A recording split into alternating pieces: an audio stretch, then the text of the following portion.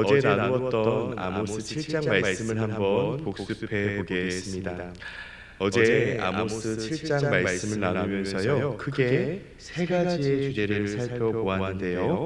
무엇과 무엇이었습니까? 라고 여쭤보면 시험과 또 시험과 큰 시험에 드실 수 있기 때문에 제가 말씀드리면 먼저는 중보기도의 중요성에 대해서 나누었습니다. 그리고 회개의 무슨 타임? 골든타임에 대해 나누었고요. 마지막으로는 누구의 시선 의식하기? 하나님의 시선 죄송합니다. 의식하기에 대해 나누었습니다.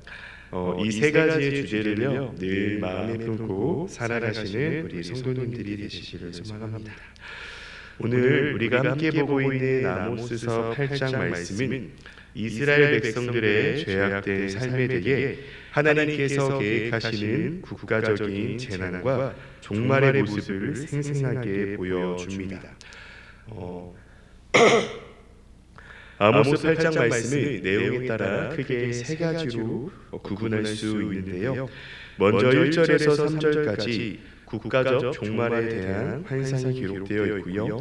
다음으로 4절에서 6절까지 이스라엘의 죄악생에 대해 기록하고 있으며, 마지막으로 7절에서 14절까지는 이스라엘의 죄악에 대한 하나님의 심판 예언이 기록하고 있습니다.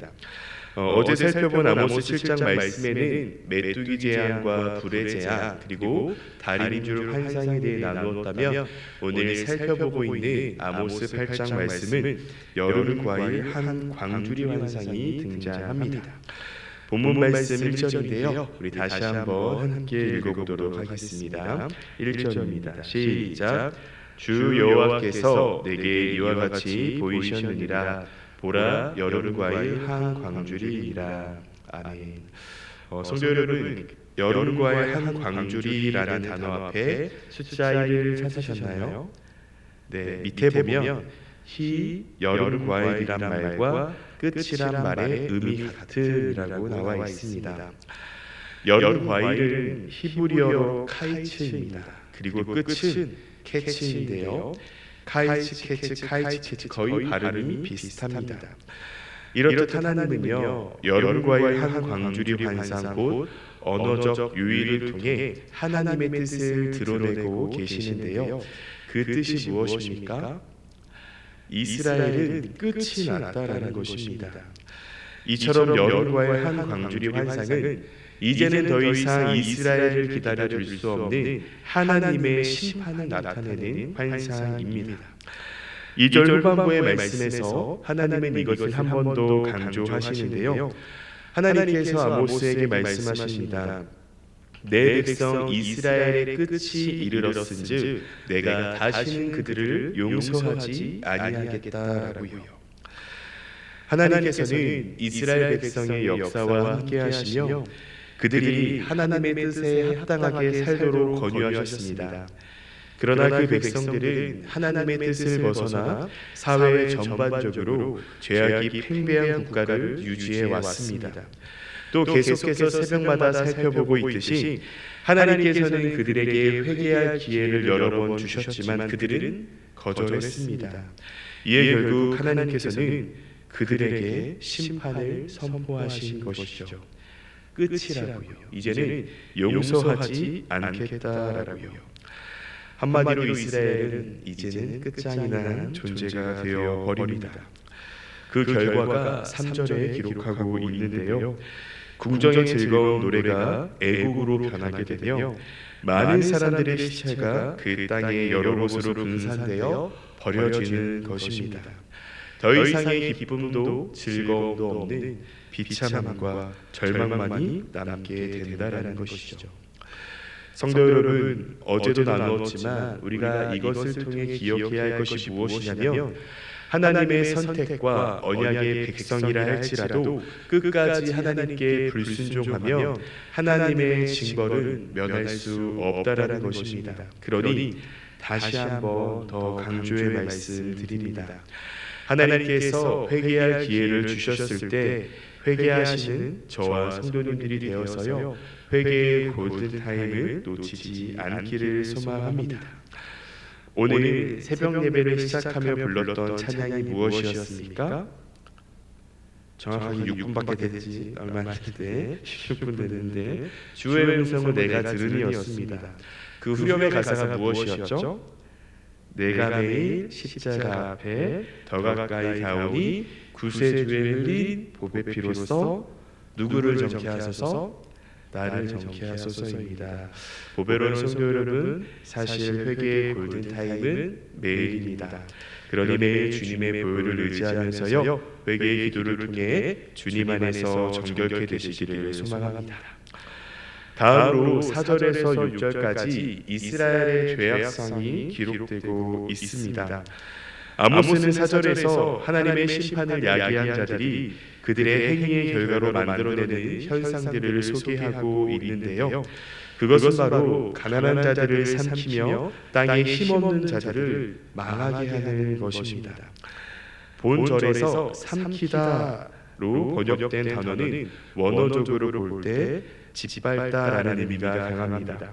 그리고 망하게 한다라는 단어에는 아주 끝장을 내버린다 혹은 제거해버린다라는 의미도 내포되어 있습니다.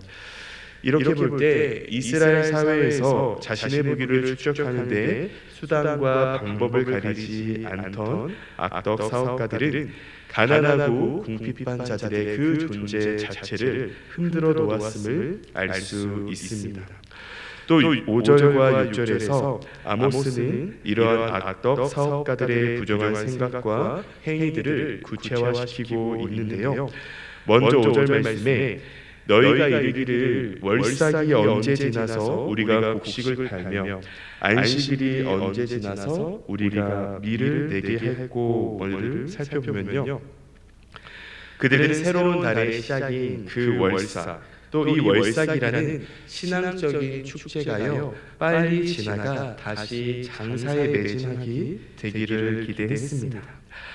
모세의 율법에 의하면 이 날은 번제와 소제 그리고 속죄제 등을 드리는 거룩한 날이었습니다.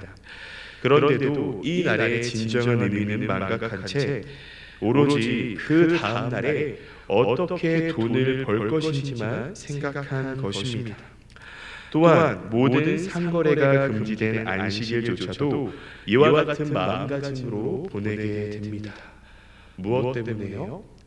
돈 때문에요. 자신의 이익 때문에요. 성도 여러분, 월삭과 안식일의 진정한 의미가 무엇입니까? 누구를 기억하고 누구를 기뻐하며 누구에게 감사하는 거예요? 하나님입니다. 월삭과 안식일 모두 하나님께 제사하며 그분을 기억하고 감사하는 날입니다. 하지만 본문 말씀에 등장하는 이스라엘 백성들은 그 월삭과 안식일에 하나님이 아닌 오직 자신의 부기만을 축적하기를 위해 빨리 이 날이 지나갔으면 하는 생각을 합니다. 그러니 그들의 마음 가운데 하나님이 계시겠습니까? 이러한 백성들의 행동이요 하나님의 분노를 야기시킵니다. 오늘날로 말한다면요, 그들은 주일날 예배에 빠지지 않고 출석하는 열심을 보이는 교인입니다. 그래서 겉으로는 하나님의 말씀에 따라 살아가는 신앙인인 것처럼 행동하지만 마음속은 전혀 다른 것에 관심을 두고 있는 자들, 한마디로 형식적인 신앙생활을 하는 자들인 것입니다. 보배로운 성도 여러분, 지금 이 시간 나를 한번 점검해 보시기 바랍니다. 나 또한 거룩한 주일을 그저 형식과 습관처럼 보내지는 않았는지를요. 또 너무 강한 표현을 써서 죄송합니다.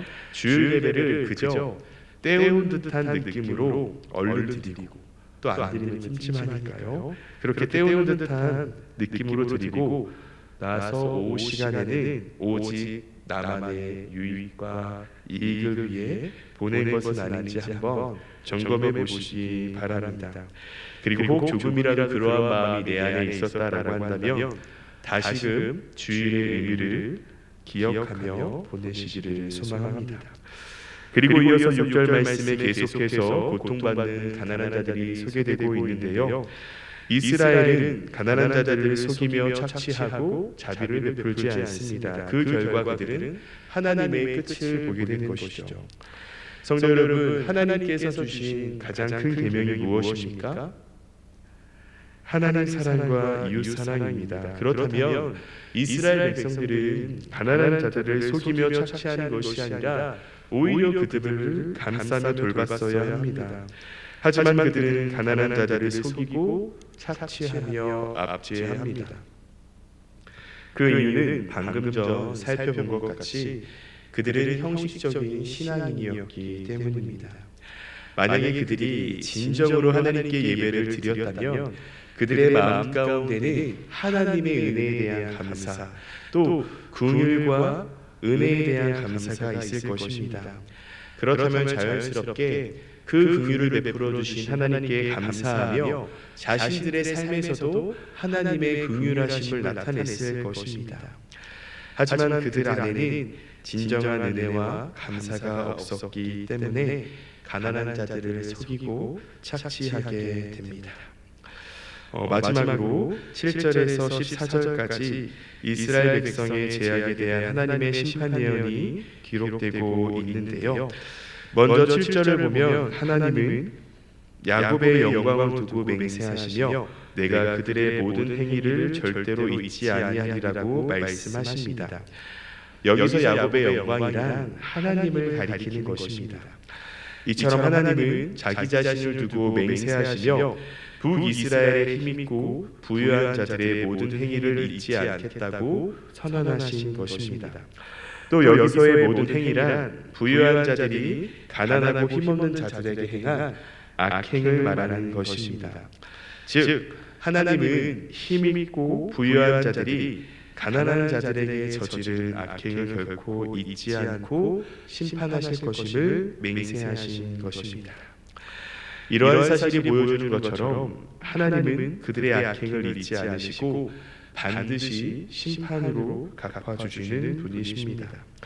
그리고 이어서 그들이 받게 될 심판이 쭉 소개되고 있습니다.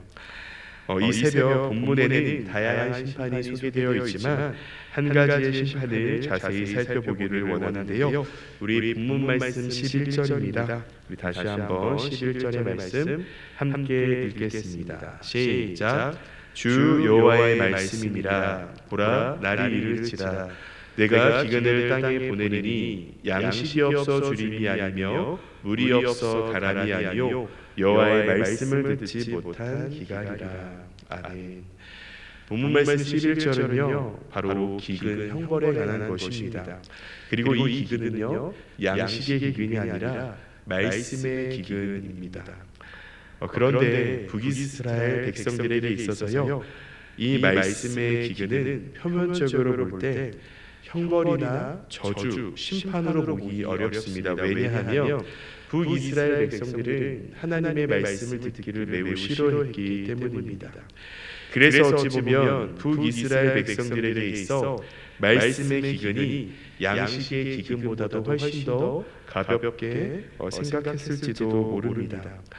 그러나 말씀의 기근은요 북이스라엘에 내리신 그 심판 중에 심판이었습니다. 왜냐하면 사람은 떡으로만 사는 존재가 아닌 하나님의 입에서 나오는 모든 말씀으로 사는 존재이기 때문입니다. 결국 하나님께서 북이스라엘에게 영의 양식인 말씀의 기근을 보내신다라는 것은요 북이스라엘에 속한 자들의 육신뿐만 아니라 영까지도 멸하시겠다는 말씀입니다. 그러니 말씀의 기근은 심판 중에 심판이라고 할 수 있겠죠. 또 실제 하나님의 말씀이 북이스라엘을 떠났을 때 그들은 어떻게 되었습니까? 그들은 완전히 멸망하게 됩니다. 남유다의 경우 하나님의 심판으로 나라를 잃기는 하였지만 그들에게서 하나님은 말씀만은 거두지 않으셨기에 이후 회복의 날을 맞이할 수 있었지만 북이스라엘은 멸망으로 완전히 끝난 것입니다. 성도 여러분, 이것이 말씀의 기근의 결과입니다. 그렇기에 우리는 늘 하나님의 말씀을 소중히 여겨야 합니다. 그리고 더 나아가 조금 욕심을 내면요, 그 말씀을 내 삶에서 살아내야 합니다. 내 삶을 통해 하나님의 말씀이 드러나지 않는다면 결국 내 삶 또한 말씀의 기근이 있는 삶 아닐까요? 그러니 천천히, 아주 천천히, 또 조금씩, 아주 조금씩 하나님의 말씀이 내 삶을 통해 드러내며 살아가시기를 소망합니다. 그러기 위해 늘 하나님의 말씀을 사모하시기를 바랍니다. 사랑하는 성도 여러분, 말씀을 정리하겠습니다. 여름과의 한 광주리 환상과 심판의 날이 임할 것을 경고하는 오늘의 본문 말씀을 통해 하나님께서는 분명히 죄에 대해 심판하시는 분이심을 나누었습니다.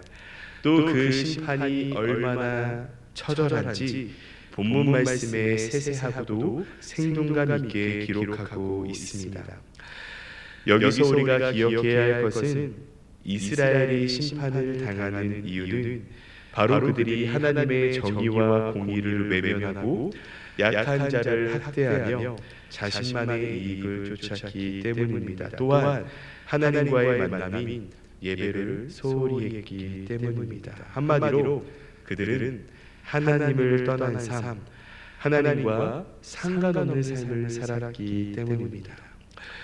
성도 여러분, 오늘 말씀에 등장하는 북이스라엘을요, 우리의 반면교사로 삼아 살아가시기를 바랍니다.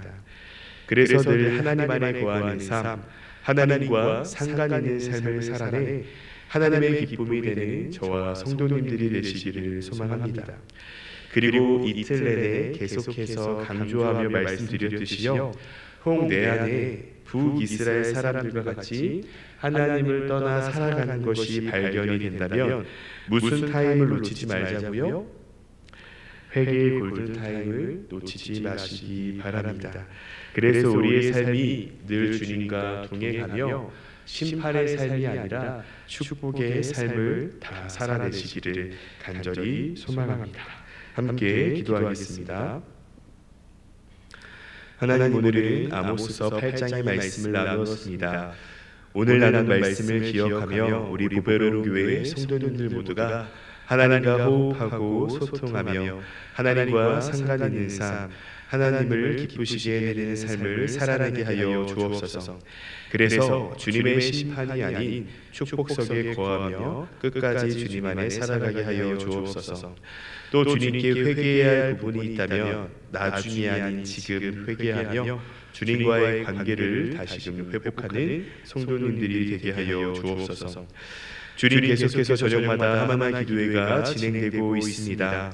하마나 기도회를 인도하시는 담임 목사님 가운데에 새 힘과 영을 부어주셔서 하마나 기도회를 인도하시며 지치지 않게 하시고 늘 성령 충만을 허락하여 주셔서 우리 많은 성도님들께 생명과 도전의 말씀을 선포하게 하여 주옵소서. 또 함께 하마나 기도에 참여하는 모든 성도님들께도 영적으로나 육적으로 지치지 않게 하여 주시고 이번 하마나 기도회 가운데에 하나님을 만나 회복되는 역사가 일어나게 하여 주옵소서. 주님, 드려진 예물을 위해서 기도합니다. 주님께 드린 이 예물 기뻐 받아주시고 또 시간의 예물을 드린 손길 가운데도 주님께서 기억하여 주시고 기쁘게 받아 주옵소서. 감사합니다. 사랑이 많으신 우리 구주 예수님의 이름으로 기도합니다. 아멘.